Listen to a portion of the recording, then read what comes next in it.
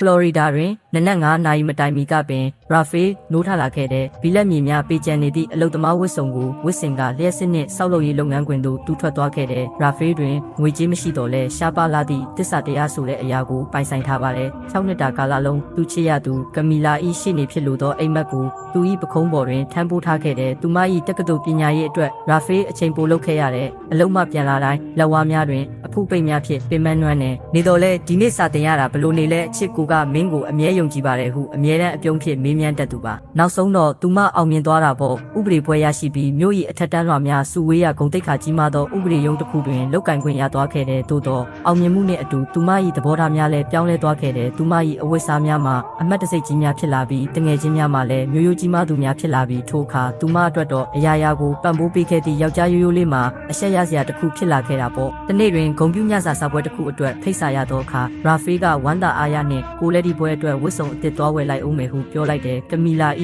အေးဆက်ဆက်အဖြေစကားကသူ့နှလုံးသားကိုဖျက်ဆီးလိုက်တယ်ဒီညစာစာပွဲကအမှုဆောင်တွေအတွက်ပဲရှင်ကသူတို့နဲ့မလိုက်ဖက်ဘူးအိမ်မှာပဲနေခဲ့တာအကောင်းဆုံးပဲလို့ပြောလိုက်တယ်ထိုနေ့မှစ၍သူမလက်ထက်လက်စွပ်ကိုချွတ်ပစ်ခဲ့ပြီးသူနဲ့အပြင်းမထွက်တော့ပဲလူပြိုအပြိုဖြစ်ဟန်ဆောင်ကငါတို့ကကဘာမတူဘူးကွာရှင်းကြရအောင်ဟုရိုင်းဆိုင်စွာပြောဆိုလိုက်တယ်ရာဖေးသည်စာရွက်စာတမ်းကိုလက်မှတ်ထိုးပြီးအဝတ်စားနှဲငယ်ကိုကြောပိုးအိတ်ထဲထည့်ကအလွန်နာကျင်စွာဖြင့်ထွက်ခွာလာခဲ့တယ်နာကျင်မှုကရာဖေးကိုနိုးထစေခဲ့တယ်သူချင်းငွေယူ၍ပုံမကောင်းမွန်သောလုပ်ငန်းသုံးကိရိယာများဝယ်ယူကပိုကြီးမားသည့်စာချုပ်များကိုစတင်လုပ်ကိုင်နေပြီးသူ၏ရိုးသားမှုကအင်ချမ်းမြေလုပ်ငန်းရှင်တဦး၏အာယုံဆိုင်မှုကိုခံရပြီးလုပ်ငန်းခွင်ကြီးကြပ်သူအဖြစ်စတင်လုပ်ကိုင်ရမှ3နှစ်အကြာတွင်သူကိုယ်တိုင်မန်ဒက်ဆောက်လုပ်ရေးကုမ္ပဏီကိုတည်ထောင်နိုင်လာခဲ့တဲ့လုပ်ငန်းမှာပြင်းပြန်စွာကြီးထွားလာပြီးမြို့၏နာမည်ကြီးကုမ္ပဏီတစ်ခုဖြစ်လာခဲ့တယ်။တနေ့တွင်ကမီလာလုပ်ကိုင်နေသည့်ဥပဒေရုံးမှကျင်းပသောအခမ်းအနားတစ်ခုသို့ရာဖေးဖိတ်ကြားခံရတဲ့သူသည်လက်စားချေလိုစိတ်ဖြင့်တွားခြင်းမဟုတ်ဘဲဂုံတိတ်ခါရှိဖြင့်ပြန်လည်ရပ်တည်နိုင်ပြီဖြစ်သောကြောင့်တက်ရောက်ခဲ့ခြင်းဖြစ်ပါတယ်။သူသည်အမေရိကန်ဝတ်စုံကို